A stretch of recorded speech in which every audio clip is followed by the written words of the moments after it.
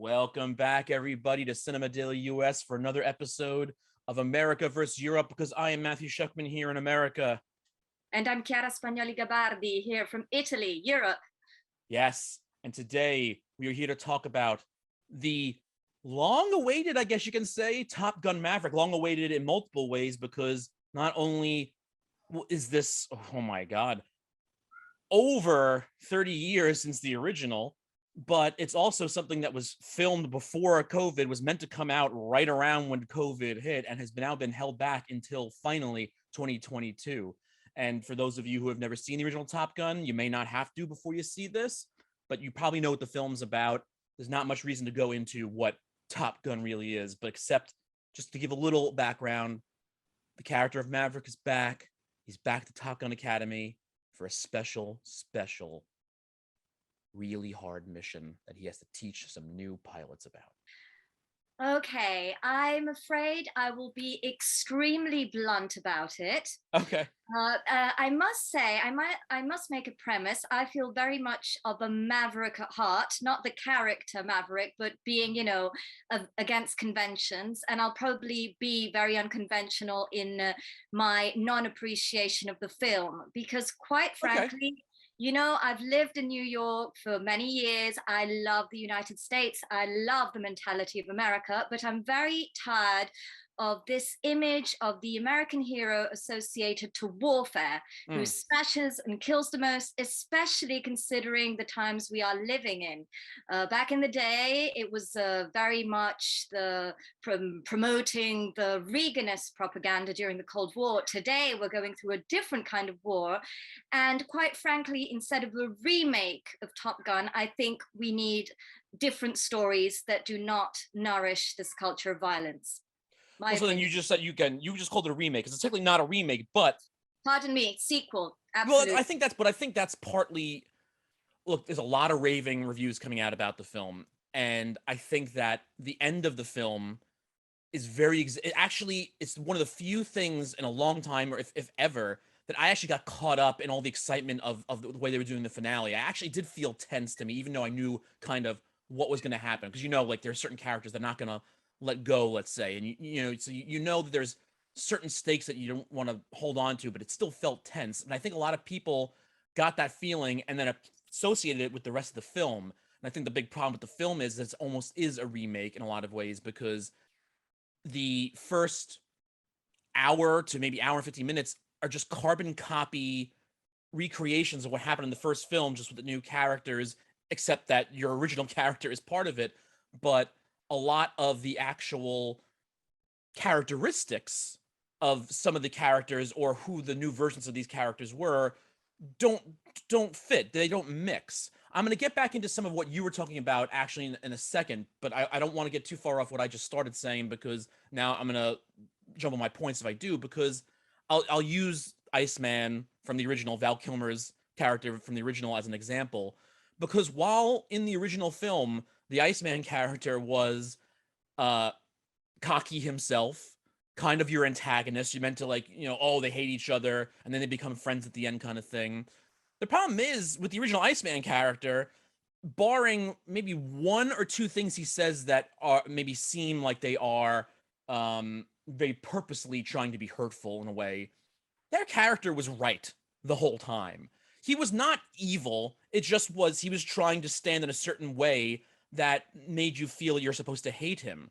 The Hangman character in this, which is supposed to be the new Iceman, is basically just the I'm cocky looking, handsome boy without any of that, real meat behind him. So it just kind of seems like they missed the point. They just wanted to recreate the visuals and then didn't get the rest of, what was underneath the characters to make any sense. Exactly. And probably my subconscious made me say remake instead of sequel, because the new film mirrors so many situations of the previous film, Yep. as you rightly pointed out, and primarily also the character of Rooster, who is played by Miles Teller and is basically the son of Goose, who at the time was performed by Anthony Edwards. The dynamic is pretty much the same. They try also to sprinkle a little bit on Tom Cruise this role of the father figure who feels conflicted, who Yeah. feels protected, but there isn't much of a difference from that original spirit related to this promotion of warfare. I tried to read some other reviews online to see if I was the only one with this sensation, and I came across a very interesting definition. It's an infomercial for America and very much for the US military. And yet again, I feel it's not what we need right now. Well, I'll say two things. One, slightly agreeing with you, and then one that's trying to separate it in a lot of ways. Because yes, look, the original was seen not purposely made to be a recruitment tool, but they saw recruitment for the Navy bump up massively after that film came out. And I'm not saying that they went to go do that with this one very specifically, but yes, in a lot of ways, it is almost a propaganda machine. But I try to separate the film from that in a way because I want to talk about the filmmaking aspect. I want to talk about the way the story is presented, which is where I do have some flaws. However, though, going back to that point, I very vividly remember before the film came out, I think it was right when it was either finished or right when they were filming, but it was before COVID. I remember Tom Cruise making a comment about how people are going to see this one and they're going to realize it's different because this one's really trying to focus on honoring truly the type of things that these people go through and the amazing talent that these pilots have and exist with. And so that goes into the movie opening with a very clear, message about how, Tom Cruise is working on these new fighters and they're trying to shut it down for new drone program instead. And then it takes him into this mission where they call it almost impossible, where they have to have two literal miracles happen for it to succeed. And they have to get, of course, the best of the best, all that thing you have from Top Gun. And they almost think that there's no way somebody can come out of this not only successful, but possibly even alive. So technically then, isn't that pro-drone? Even though I'm not trying to say, hey, great for drones, something like that, it's like your story then is essence doing the opposite of what you claimed it would be, because wouldn't it be better than just sending tons of drones that have no men inside of them, no men and women inside of them to die, and then just have these amazing pilots who are even doing the training runs for this thing on a simulator within the plane, so they don't have to see everything. They don't have to see everything real life. It's still in a simulator in essence. Would be the same thing if they were flying a drone. So you basically did the exact opposite in a lot of ways what you claimed you were doing. Exactly. And I also believe that the film does not bravely take its stance by not pointing out what country is the enemy, because there's always this ambiguity. We don't know if it's Russia, we don't know if it's Iran. Maybe those who are nerds in aircrafts might spot some, references to certain types of airplanes or not. We all, the ones who are very simple in the understanding of this field, like myself, very much appreciated the contrast between the new types of aircrafts, which I believe are Super Hornets, and that nostalgic moment we see when they drive one of the old aircrafts. So, of course, visually, it's a very entertaining blockbuster. That, of course, it very much feels like you're in a video game, and Joseph Kosinski, the director, can really puts all his experience in CGI in this kind of film.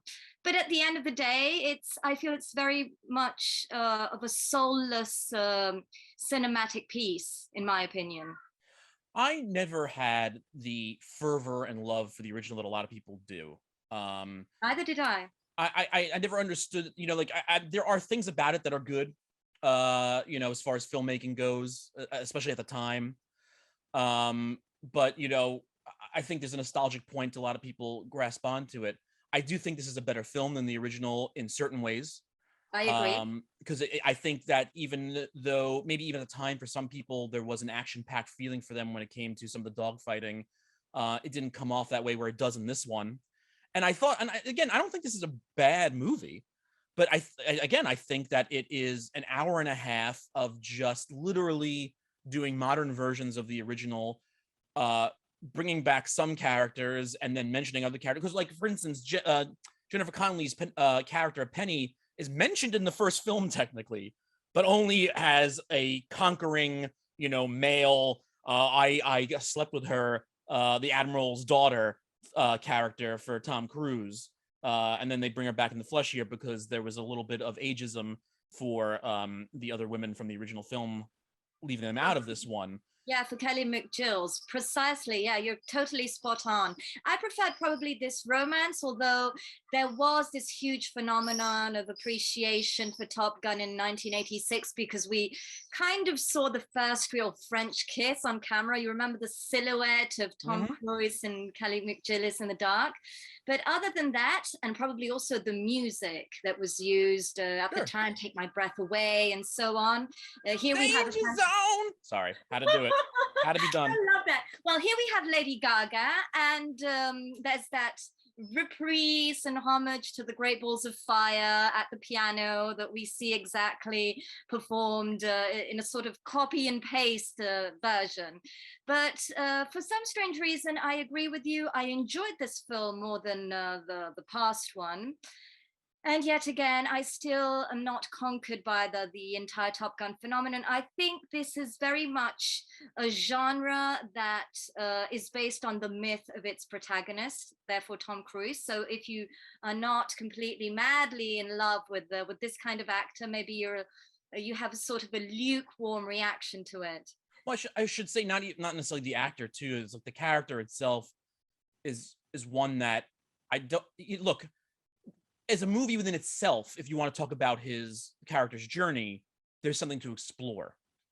But it's a character that over 30 years basically learned nothing, did nothing in essence, even though they did something, I guess, with their life. And I just feel that like they felt that they could rely on enough of pulling it back to the original story to connect to people's heartstrings more than they should have. And again, and what a lot of people are going to say, and a lot of people do say, and what I do say, except for one little thing I found was a little silly. The ending of the movie really does get you. It pulls you in. I'm not going to deny that. And it's something that, if you want to talk about going back to the movies, going back to the big screen for a reason, the ending of this movie is a good reason to go back to a screen if you haven't done it yet, except for, the fact that if you haven't gone and seen everything everywhere all at once yet, that's the other reason. That's a more important reason. But it's a good thing to have that pull of what the end of this movie really does pull off for itself, I would say. What would you give it as your final grade? Before the final grade, I have a question for you as an Yes. Italian, because this issue tickled me pink. In the first Top Gun, we always see Tom Cruise driving on his motorcycle without a helmet. And decades later, he's doing it again. In Italy, there's a law against that, against driving your motorcycle without your helmet. Are you allowed to do that in the States? I mean, there are technically laws, but nobody really follow. Not nobody. A lot of people don't follow them. But that's something that didn't not necessarily didn't register with me, but it's something that normally probably would for a lot of things. But I just it's Tom Cruise, it's the Maverick, kind of thing. I'm not going to even let it kind of get into my mind in a lot of ways. We allow this artistic freedom and this creative license. Okay. Well, what I will say before we go to the final grades, and I'm sorry to jump into this too, but something about the first film that's very noticeable to me that I don't think people talk about enough, and what they didn't do in this film, is that everybody in the first film, no matter where they were sweating bullets like crazy. They were there must have been puddles of sweat below everybody in that movie, no matter where they were. There was not enough sweat in Top Gun Maverick. True. Maybe, during this era, this current era, it's not fanciful. So remove all the sweat. They needed to be more sweat. Also, again, not just carbon copying the scenarios. I mean, literally, for a character that does everything he can to basically be thrown into jail, only to be going, oh well, now we're gonna go give you this better opportunity, which happens again and again and again with this character. It's too much of the same thing. Which, again, not saying it's a bad movie, but it's definitely a C pluser for me. I would agree with you. Oh, a C plus as well. Yes, yes, because of all the things I said about the themes that really do not resonate with me in this current time. Well, Chiara, thank you so much for your time. It was wonderful speaking with you. Until next Thank time, you. thanks for joining us here on Cinema Daily US.